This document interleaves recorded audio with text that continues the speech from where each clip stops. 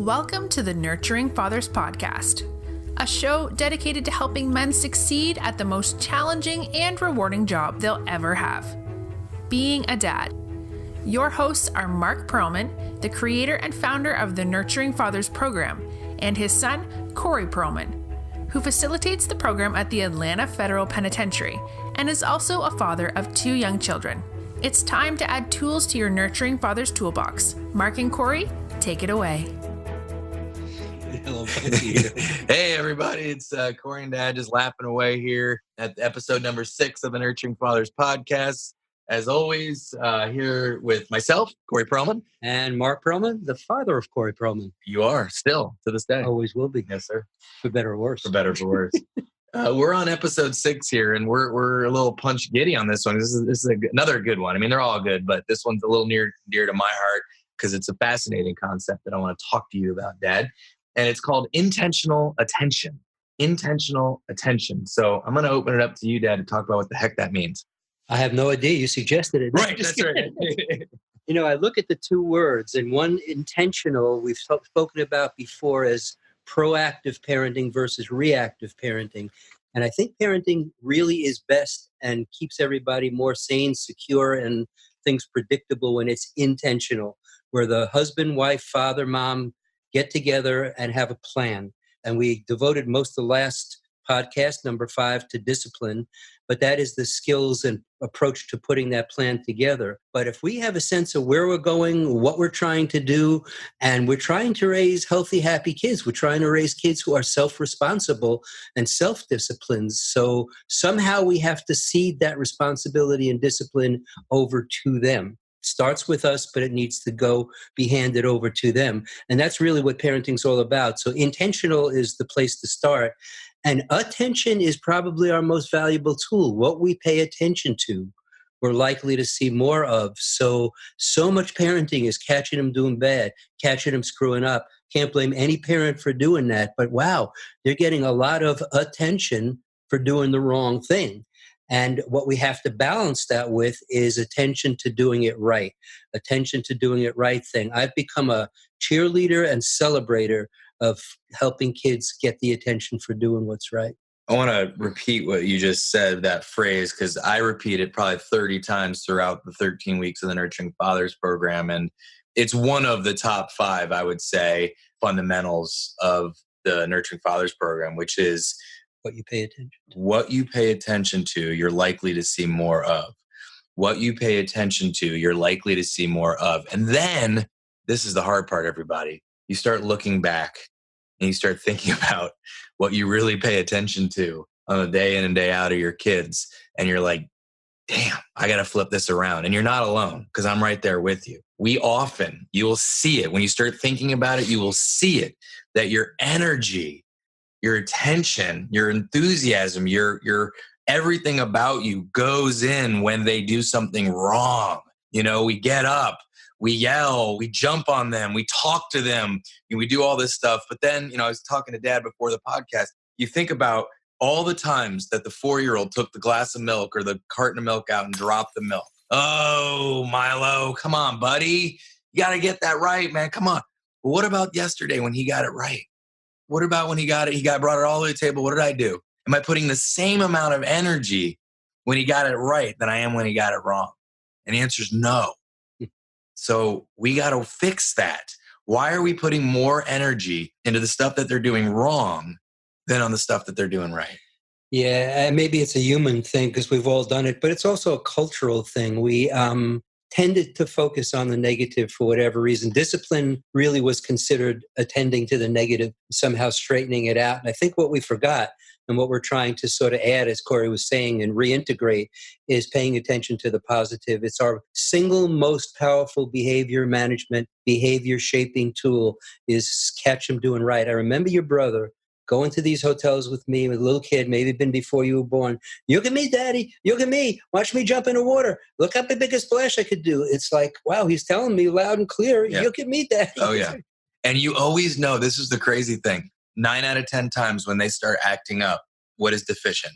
And it's my attention. And it's almost every single time. They are craving your attention. Wow. by acting out and being so mad. they can find ways of getting it in a 2-year-old or 7-year-old way that are annoying as hell sometimes, because they're smart enough to figure that out. So if we're not giving it to them in the positive way, and it's not part of our agenda or script, they may find negative, annoying ways to get it. See, some attention is always better than no attention. Exactly. For a child, I think a living hell would be no attention from either parent.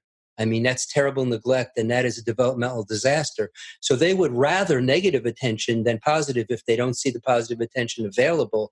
But we take our cues, watch what they're doing, and try not to reward those negative episodes, and making sure we dial that back to catching them doing right. But you always know, if you look at it like an attention bucket, and you know it's deficient if they're looking for the negative attention.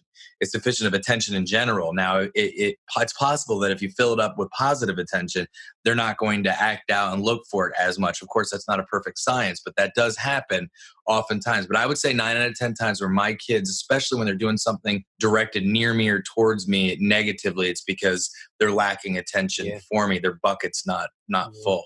And something else that just crossed my mind about the attention or praise, which is a wonderful form of attention. Good job. So proud of you for doing that. Wow. I didn't know you were able to do that. That's wonderful. That kind of stuff. It needs to be authentic. If you're not feeling it and you're just saying it to build their self-esteem, it doesn't work the same way. They're sensitive to that. In fact, it can almost work the opposite way. Why is he exaggerating? Why is he telling me things that aren't true?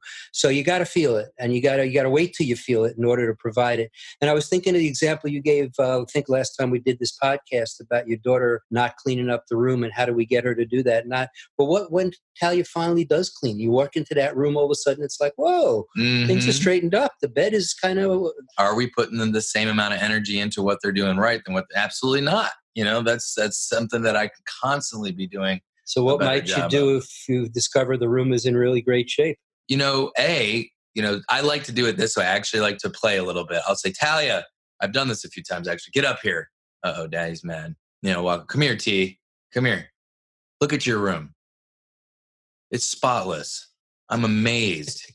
You are a rock star. When did this happen? I'll play it up, Great. And she's, oh, Dad, whatever. But she knows I'm proud. I'm just kind of doing it in a silly, kind of goofy way.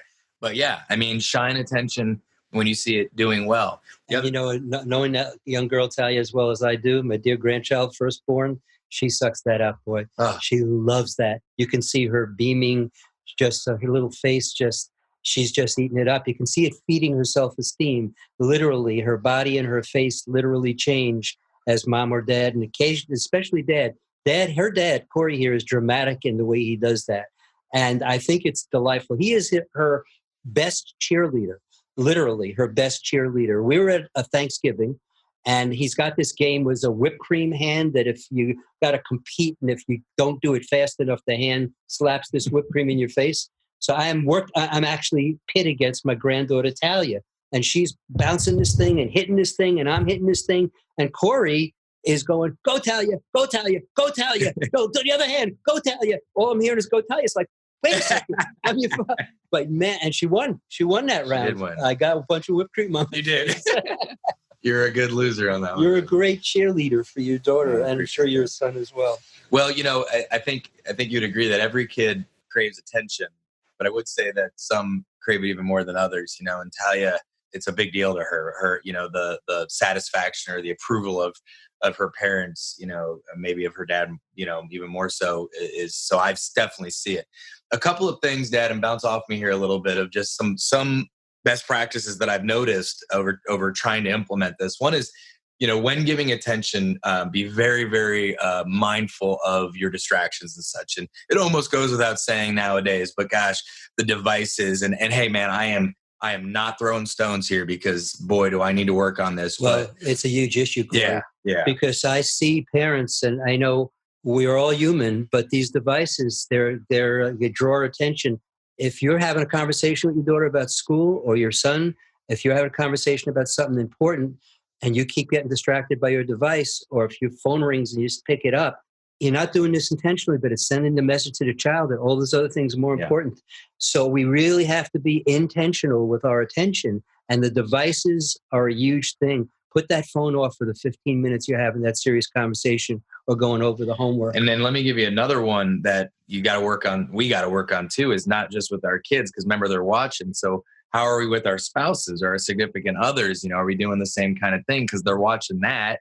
So even if we're doing a good job being less distracted with our children, so we're working on it, then we go and we're texting away as we're having a dinner conversation with our wife.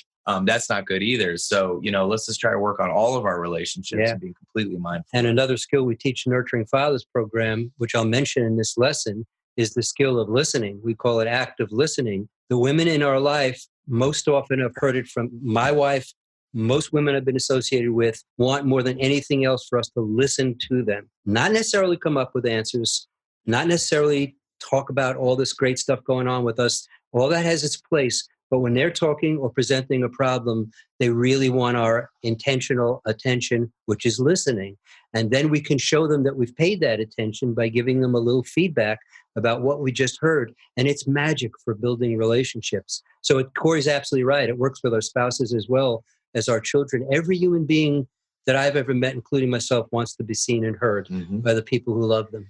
Another best practice, I think, is a physical one, which is getting down on their level. It's a very tactical, very, in some ways, seemingly obvious one, but make sure that if you got a toddler, you're, a little small person, is get down with them and have that one-on-one time, or that, time that you're having with your kids on their level. Yes. We can seem very intimidating when we're 3 times their size. Just think about looking up at a 6-foot person and you're about 1.5 feet off the ground. Yeah. There was an African-American fellow in one of the classes, and it was the 2nd or 3rd week, so it was right at the beginning. And he comes in the next week and he says, I got to share this with you.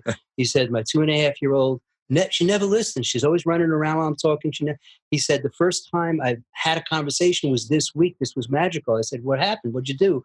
He said, I got down on one knee and looked her in the eye and spoke to her, and we must have talked for 2 or 3 minutes. She was right there. I said, wow. So it was just having the eye-to-eye contact at her level. And he said, yeah, it was just the most best conversation we've ever had. So it's just those small things that could mean a lot. It's hard to lift your head up and look up to talk to somebody. Or have a meaningful connection. Yeah. One more thing comes under this intentional attention level, and that's what I call showing up. You can't substitute for a father's presence.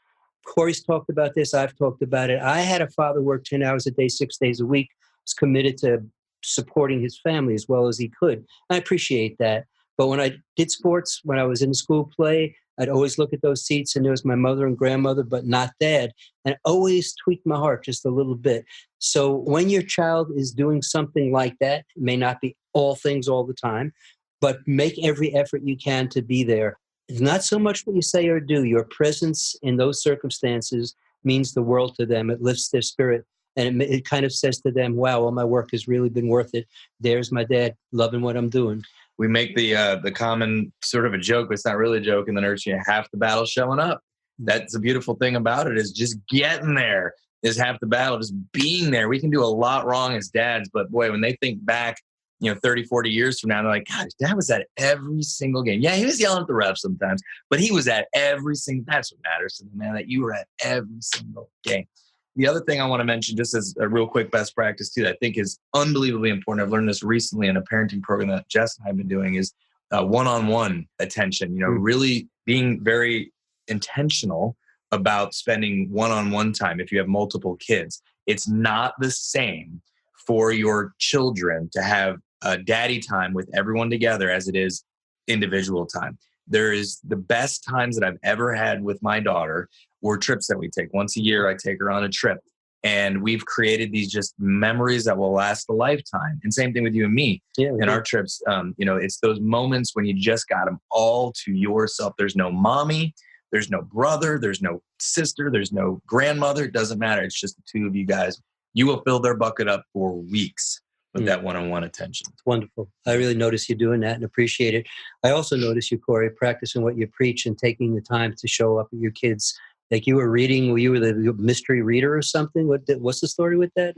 Yeah, I mean, I try not to miss. It's like you can get philosophical here for a second, but I know without a shadow of a doubt that I could have a lot more business than I do. I could have a lot more money and all those kind of different things. But I'd lose those times that you're talking about with my kids. And I've just been very intentional about making sure as much as I can, like for example, Halloween, I will not miss Halloween again. I've sacrificed, quite a bit of speaking opportunities based on not wanting to miss that ritual that is Halloween with my kids. And I've got no regrets about it. And Dad, I think you did the same thing. And I thought it was the bags of candy day.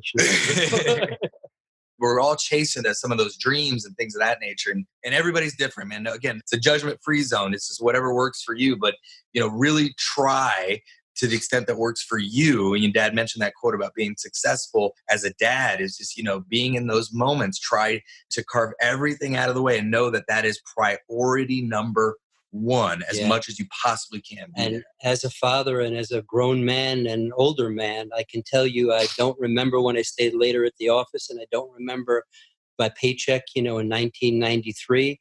But I do remember those the times that I went to the movies with my little kid and saw Star Wars for the first time. And when I went and saw Corey play tennis and his ability to basically play the game well, those times you will never regret and you'll never forget the times that you've devoted to your kids. That's right. And even, seeing those guys incarcerated and, seeing that the barriers that they have to being able to spend time with their kids, we take for granted sometimes. Right. So it's a real important thing. So yeah, Dad, you asked me, you said, we had a lot of segments that we could choose in the first 6. And why'd you choose this one?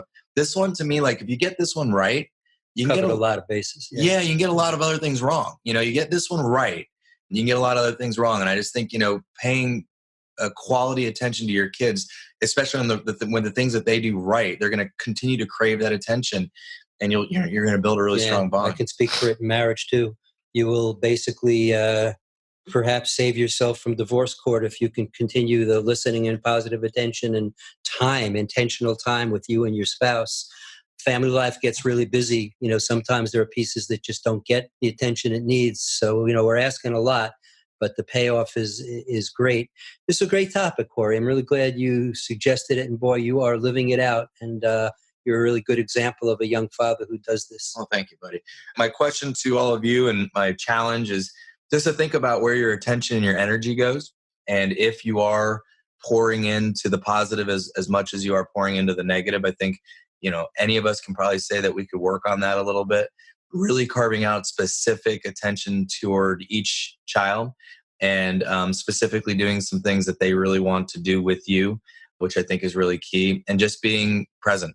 Just being as absolutely present as you possibly can, not only with the physical pieces like phones and such, but also just mentally present and just knowing that's the best possible time you could ever be spending is right there, right now with your kids. Beautiful. I want to thank everybody for listening, participating, and thank you for the attention and the work you put in to be a really good father. You will never regret that, and I have great respect and appreciation for you for doing that. Well, thank you. Thanks for creating this program, Dad. And we're only just beginning, folks. We're hitting just the surface of some of the pieces of the program that Dad and I will be diving into in weeks to come. We'll also have some special guests on the podcast that are either trainers or have gone through the program or, maybe some of our spouses and things of that nature that can just give another perspective. Because we certainly don't have all the answers, I can tell you that, but we're wanting to grow and wanting to learn. And again, go ahead and check out the Facebook page and please leave us a comment or a question right now. It's facebook.com/nurturingfathers is where you can post a note or a comment or anything. And I'll be sure to see it and get it to myself or to Dad.